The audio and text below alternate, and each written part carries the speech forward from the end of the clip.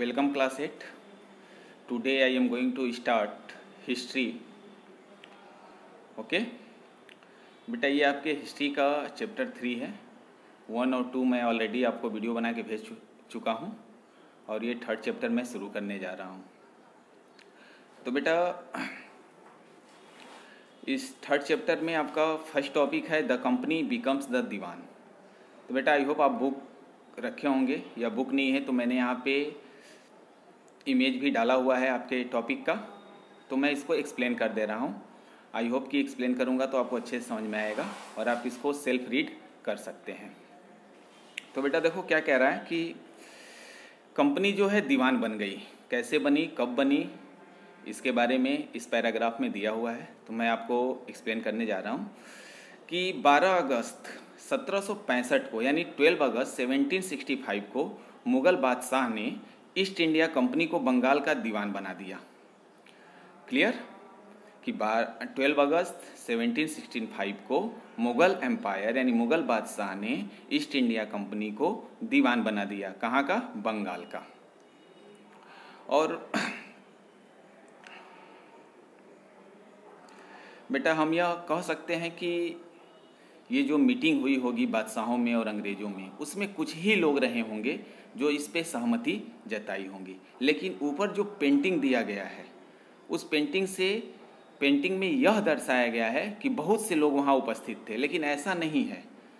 आप सोच सकते हो या उम्मीद किया जा सकता है कि वहाँ पे कुछ ही लोग रहे होंगे, जिसमें अधिकतर अंग्रेज रहे होंगे, कुछ ही लोग भारतीय रहे होंगे जब यह निर्णय लिया गया होगा। तो और बेटा ये घटना कहाँ घटी? रॉबर्ट क्लाइव के टेंट में।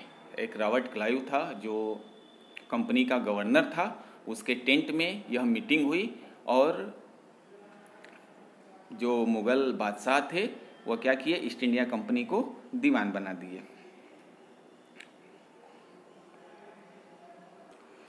बेटा मैंने अभी कहा कि इसमें जो पेंटिंग ऊपर दिखाई गई है, उस पेंटिंग में इस मीटिंग को एक भव्य समारोह के रूप में दिखाया गया है, लेकिन ऐसा नहीं है, कुछ ही लोग वहाँ उपस्थित थे। और यह चित्र कौन बनाया है? Robert Clive. रॉबर्ट क्लाइव का एक चित्रकार था, पर्सनल पेंटर था, जो कि रॉबर्ट क्लाइव ने अपॉइंट किया था और अपने जो उसने भारत में आके वर्क किया या जो भी कुछ ऐसे वर्क किए जो लोगों को बताया जा सके, उसको दर्शाने का काम उस पेंटर को दिया था। और उसी पेंटर ने इस समारोह को यानी इस मीटिंग को बहुत भव्य तरीके से हम लोगों के सामने बुक में दिखाया है। लेकिन बेटा एक बात और कि आप सोच सकते हो, जब बंगाल का दीवान कंपनी बन गया तो उसने एक ऐसी घटना पे विजय प्राप्त कर ली जो कि असंभव था। तो अंग्रेज़ों के लिए ये प्लस पॉइंट था कि बंगाल का उन्हें दीवान बना दिया गया। अब बेटा आप ये देखो कि जब कंपनी दीवान बन गई तो दीवान बनने के बाद उसके नियंत्रण विभाग जितने थे, यानी उसके अंडर में जितने ज़मीन आते थे, उसके सभी मामलों को, चाहे वह आर्थिक हो चाहे वह ज़मीन का मामला हो, सब पे उसका अधिकार हो गया। कब? दीवान बनने के बाद। अब उसको सिर्फ यह सर्च करना था कि मैं अपने जो इनकम है या जो किस तरह से मैं पूरे भारत में अपना राज्य स्थापित करूं, बस ये उनको ढूंढना था, सर्च करना था। क्यों? क्योंकि वो दीवान बन गए। दीवान बनने के बाद उनके क्षेत्र में, उनके कार्य क्षेत्र में जितने ज़मीन आते थे, यानी कंपनी के जितने भी हिस्से में ज़मीन आते थे, सबके वो मालिक हो गए। और जो उनका इनकम था उसको वो व्यवस्थित करने का रास्ता ढूंढने लगे। इसके लिए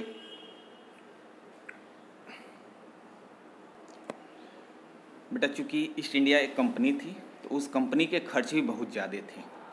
तो उस खर्च को मेंटेन करने के लिए कंपनी अलग अलग प्रकार से रास्ता सर्च करने लगा। वे ढूंढने लगा कि आखिर हम अपने कंपनी का जो खर्च है वो कैसे मेंटेन करेंगे। साथ ही साथ उसे ये भी सोचना था, ये भी देखना था कि हमारी एक कंपनी है तो ज़रूरत की चीज़ों को खरीदना और बेचने का भी उनको रास्ता ढूंढना था, और कंपनी की जो खर्च थे उसको भी मेंटेन करना था। तो बेटा वो दीवान बनने के बाद यह सब बातों पे विचार करने लगे, सोचने लगे कि आखिर हमारी जो आर्थिक स्थिति है, जो कंपनी का खर्च है, वो कैसे मेंटेन होगा और इसके लिए हम क्या रास्ता निकालें। और चूँकि कंपनी था तो उनको ये भी देखना था कि नहीं, इस कंपनी में क्या हमें बेनिफिट मिलेगा और क्या नुकसान होगा, और हमें कुछ खरीदना भी है और कुछ बेचना भी है। तो बेटा आई होप बेटा फर्स्ट टॉपिक आपको समझ में आ गया होगा। बेटा सीधा एक सिंपल भाषा में आप समझ लो कि 12 अगस्त 1765 को ईस्ट इंडिया कंपनी को मुग़ल बादशाहों ने दीवान बना दिया, और ये जो मीटिंग हुई कुछ ही लोगों के बीच हुई, लेकिन उसको बढ़ा चढ़ा के हमारे फिगर में दिखाया गया है।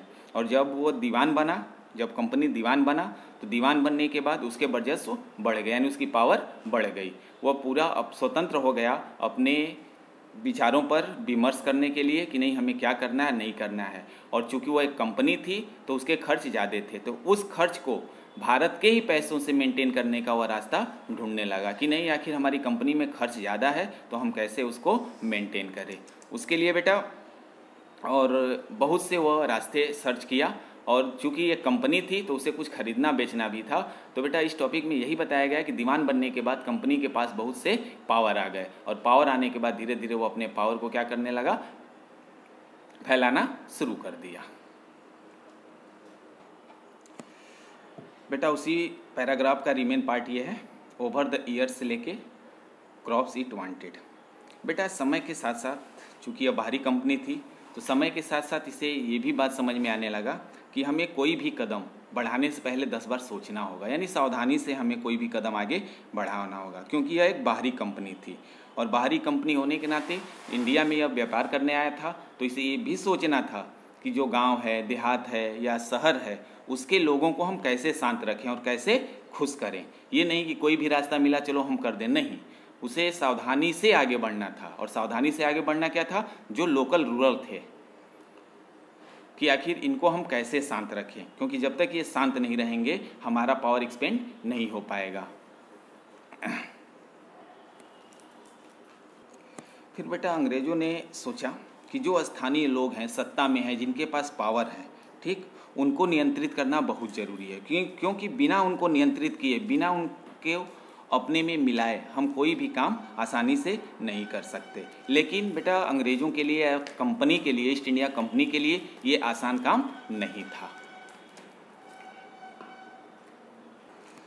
बेटा अब इस चैप्टर में हम आगे देखेंगे कि अपने पावर को फैलाने के लिए अंग्रेज़ों ने क्या किया, या ग्रामीण इलाकों में उपनिवेश कैसे बनाया, आय के संसाधन को कैसे जुटाया, लोगों के अधिकार को किस तरह तय किए, और मन माफिक फसलों की खेती कैसे कराई। इस चैप्टर में बेटा यही सब आगे हम पढ़ेंगे। बेटा आगे revenue of the company, sorry बेटा रेवेन्यू फॉर द कंपनी। बेटा कंपनी की आमदनी देखो कैसे हुई शुरू। कंपनी दीवान तो बन गई, लेकिन अभी भी खुद को एक व्यापारी ही मानती थी। दीवान बनने के बाद भी कंपनी क्या करती थी, अपने आप को एक व्यापारी ही मानती थी। कंपनी लोगों से बहुत ज़्यादा मात्रा में लगान लेना चाहती थी, लेकिन उसकी वसूली कैसे हो उसकी व्यवस्था वह नहीं कर पा रही थी। उनके अंदर हिचकिचाहट था, हिचकिचाहट यानी डर बोल लो, उनके अंदर डर था कि नहीं आखिर लोगों से हम अधिक से अधिक लगान कैसे वसूलें। उसकी कोशिश यही थी कि वह ज़्यादा से ज़्यादा राजस्व हासिल करे और कम से कम कीमत पर बढ़िया सूती और रेशमी कपड़ा खरीदे। बेटा जैसे कि आप पहले बताया गया था कि ईस्ट इंडिया कंपनी कपड़े के व्यापार के लिए ही भारत में आया था, तो बेटा उसके दिमाग में ये चल रहा था कि कैसे हम यहाँ के जो लोकल लोग हैं, जो गांव के लोग हैं, उनसे कैसे कम से कम पैसे में उनके सूती कच्चे माल को हम खरीदें और कैसे उन पे हम लगान लगाएं।